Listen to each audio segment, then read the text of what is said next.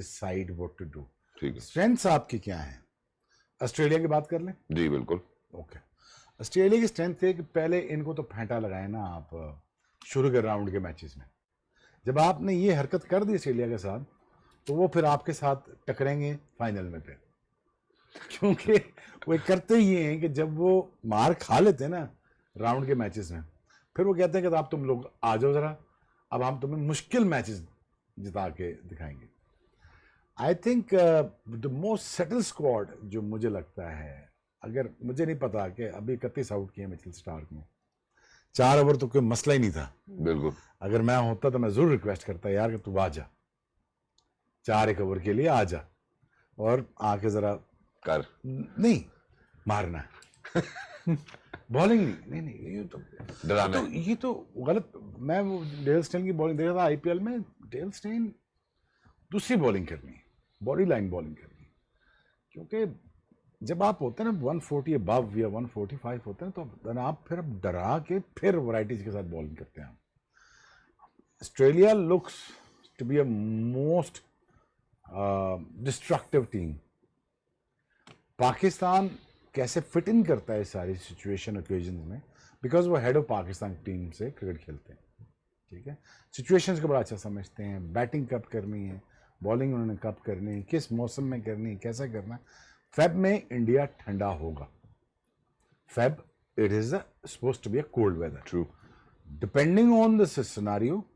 Sri Lanka comparison to India it's be very mild weather, tropical है, shouldn't be too much of rainy season, वो उनका सावन होता है बाद में, लेकिन it's going to be a very good tracks for a Pakistan to settle in, और वहाँ से पाकिस्तान पीक करे, और with in a few changes के साथ, एडजस्टेबिलिटी के साथ Pakistan should make a very wise choices when they reach the semifinal. ठीक है, इट्स वेरी सिंपल एज कि कंडीशंस के और मुताबिक अगर वो खेलते हैं। सना कहती है तीसरा स्पिन इंट्रोड्यूस कर दो या दूसरा कर दो, वो तारिक का कह रहा है या शादाब का कह रहा है, ठीक है, बस आप जस्ट स्मार्टली प्ले करके आप अपने कॉम्बिनेशन को ठीक करें। Pakistan team it's looked for me semifinal खेलती है, ठीक है, मेरा जो है। लोग बहुत सारी बातें कर रहे हैं, यूएसए के साथ मैच है, पाकिस्तान शायद वो स्ट्रगल अगेंस्ट देम बिकॉज वो बहुत अच्छी टीम है। इसानुल्लाह भी उनकी टीम में आ गया, बॉलर भी स्क्वाड में अनाउंस हुआ है, अभी उसकी पूरी आई थिंक डिटेल्स आई नहीं है, but I mean sir all of that I think it's gonna be a very interesting tournament. True, और अगेन ये है फाइनल इंडिया में है, और मेरी ये पूरी ख्वाहिश है कि हिंदुस्तान में फाइनल ना खेले, वो पाकिस्तान से श्रीलंका में खेले। क्या बात है।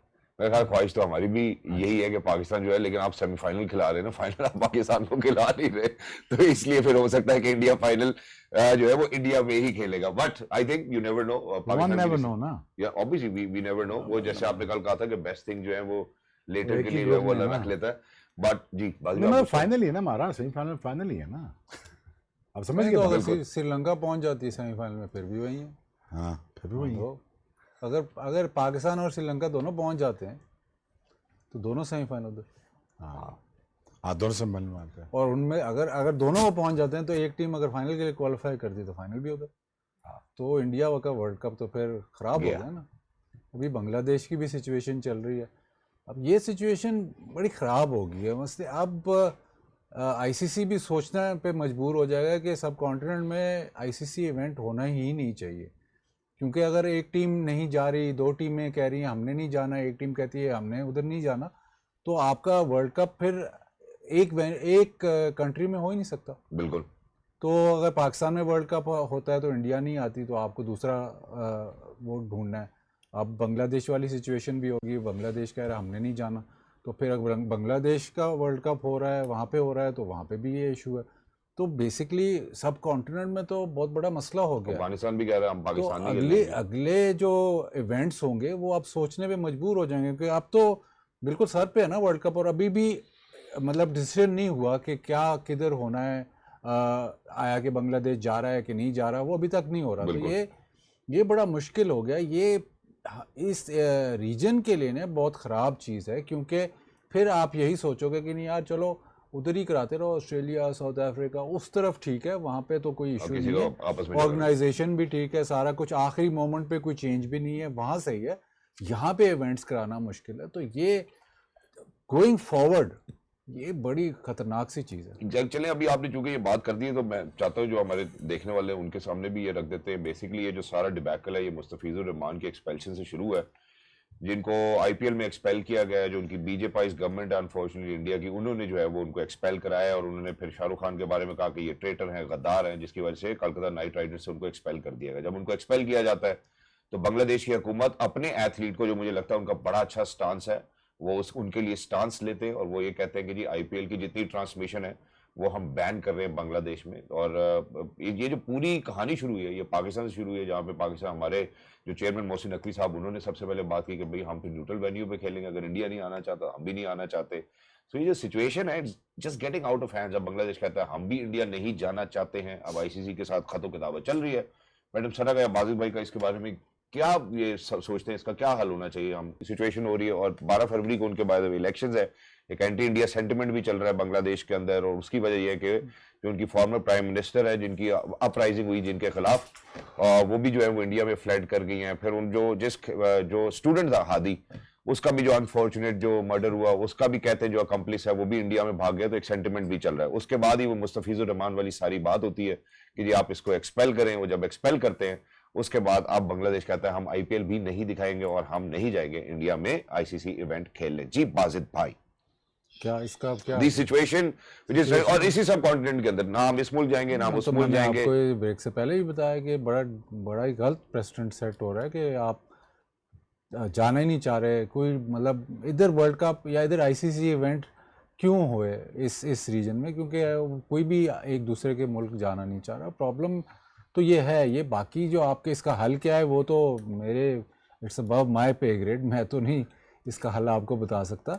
But fact of the matter ये है कि एक ये बात ज़रूर है कि जो टेस्ट प्लेइंग नेशंस हैं, चाहे वो बांग्लादेश हो, चाहे पाकिस्तान हो, चाहे ऑस्ट्रेलिया हो, चाहे इंडिया, इनको इक्वल ट्रीट करना चाहिए। तो अगर आपने एक दिखाया है कि चलो जी पाकिस्तान या इंडिया जो है वो एक दूसरे के मुल्क नहीं जा रहे, उनको प्रॉब्लम है, तो फिर उनको फैसिलिटेट किया गया है। अब बांग्लादेश कह रहा है कि मैं नहीं जाना चाह रहा, हम नहीं जाना चाह रहे, तो फिर असूलन अगर मैं इसको बिल्कुल आप न्यूट्रल होकर देखें तो अगर आप एक या दो टेस्ट प्लेइंग नेशंस की बात सुन रहे हैं तो तीसरी टेस्ट प्लेइंग नेशन की बात क्यों नहीं सुन रहे, ये इशू है। अगर आप उसको ज़बरदस्ती कहते हो कि नहीं यार आप खेलोगे तो आप वेन्यू चेंज नहीं होगा, तो वो प्रेसिडेंट ये पहले भी हो चुका है। 1996 वर्ल्ड कप में भी कई टीमें नहीं गई थी श्रीलंका, उनके पॉइंट्स डिडक्ट हुए थे, लेकिन तब ऐसा ये प्रेसिडेंट सेट नहीं हुआ था। तब ऐसे नहीं होता था कि कोई टीम अगर कह दे कि जी हमने यहाँ पे वर्ल्ड कप नहीं खेलना तो उनको ऑल्टरनेटिव वेन्यू दिया जाता था, या वो पहले हुआ नहीं था, तो अब शुरू हुआ है।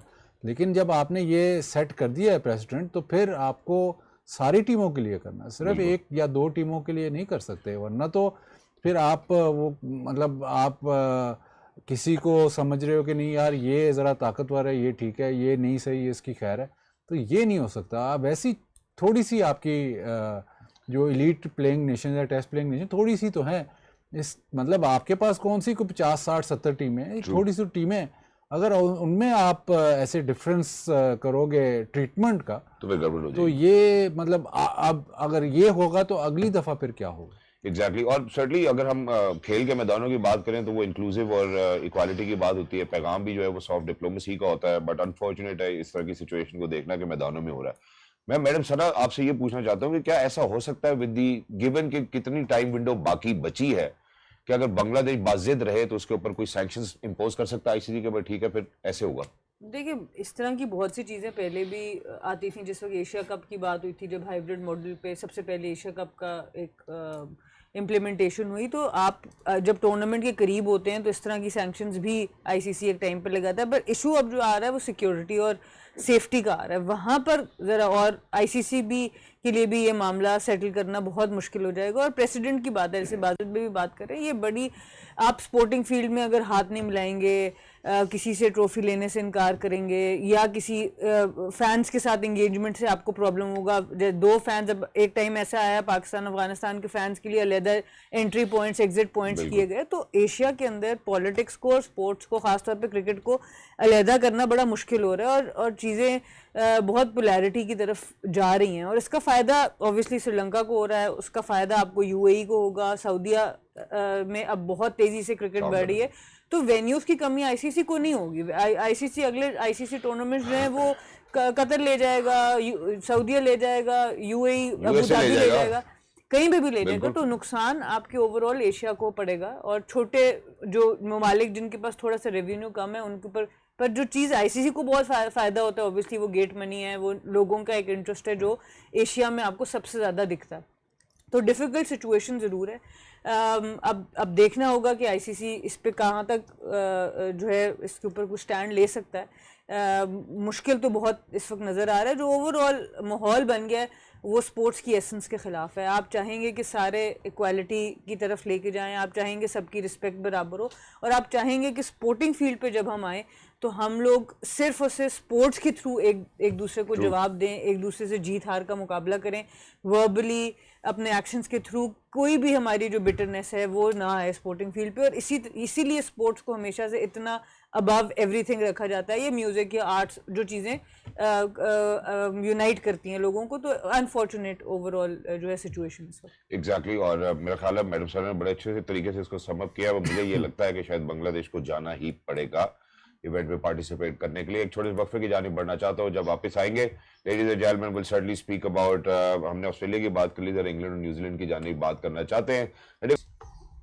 Young captain definitely Harry Brook वहाँ पर हैं, जोफ्रे आर्चर वंस अगेन उनकी फिटनेस को देखना होगा, सैम करिंग बहुत अच्छे हैं, जॉस बटलर वंस अगेन बहुत ही इस वक्त उनकी फॉर्म बड़ी इंपॉर्टेंट होगी, लैम डॉसन ऑलराउंडर्स में आदिल रशीद का रोल बहुत ही इंपॉर्टेंट होगा। जॉश टंग आई थिंक मुझे बहुत इंप्रेसिव लगे ओवरऑल जो इनकी बॉलिंग रही है, चाहे टेस्ट क्रिकेट की बात करें, वनडे की बात करें, T20 की बात करें।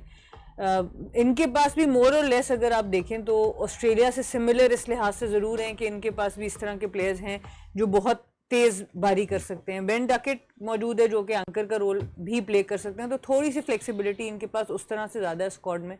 बट ऑब्वियसली काफ़ी बड़े नाम अब नहीं हैं जो पहले आपको नज़र आते थे इनके T20 स्क्वाड में या अंडर यंग कैप्टन। इंटरेस्टिंग होगा इस स्क्वाड को देखना, और specially after the heavy ashes defeat किस तरह ये टीम उठती है, इनका मुराल उठता है, किस तरीके से ये करते हैं। गालिबन इनके कोच अभी भी वही हैं ऑस्ट्रेलिया जो लड़कियों के कोच। वो ये कि एक जो मेंटल एबिलिटी होती है to overcome, how do players achieve that, वो एक्सीलेंस कैसे हासिल करते हैं? क्योंकि हमने अपने हाथों से देखा, यूएसए से भी हम अनफॉर्चुनेटली हार गए, उसके बाद इंडिया का ऐसा मैच पाकिस्तान के साथ बन गया यहाँ पे ऐसा लगा कि पाकिस्तान ले जाएगा मैच, बट अनफॉर्चुनेटली हम अपने हाथों से उनको मैच दे आए। शेब भाई, how do we get that mental excellence, या आप कैसे ओवरकम करते हैं when it's a challenging condition for any player?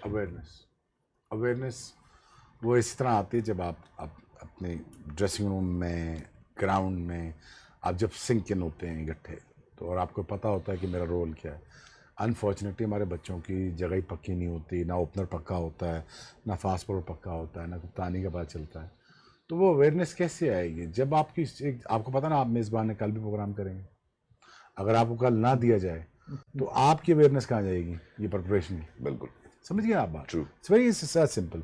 When you make people insecure, they don't know what to do. They're doing on the field. I mean, luckily for Australia,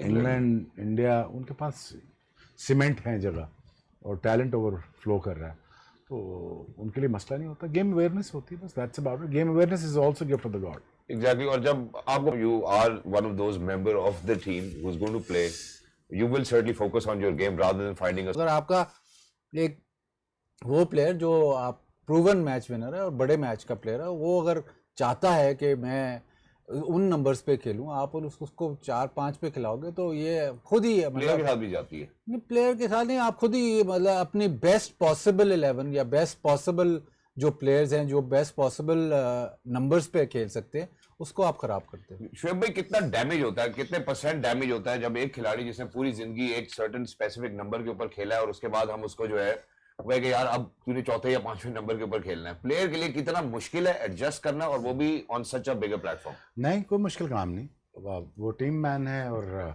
हमेशा कुर्बानी देता और देता आ रहा है। माशाल्लाह वो हर नंबर पे परफॉर्म कर रहा है और करना भी चाहिए उसको। Exactly, that's wonderful. शोएब भाई ने बड़ी खूबसूरती लेकिन के आप sum up किया। ये देखो ना, अब चैंपियंस आपके पास चैंपियंस ट्रॉफी आपके भी दूर नहीं अभी हुई थी ना, बाबर को आपने ओपनर बना दिया था, चैंपियंस ट्रॉफी आप आराम से हार गए, ठीक है, बिल्कुल।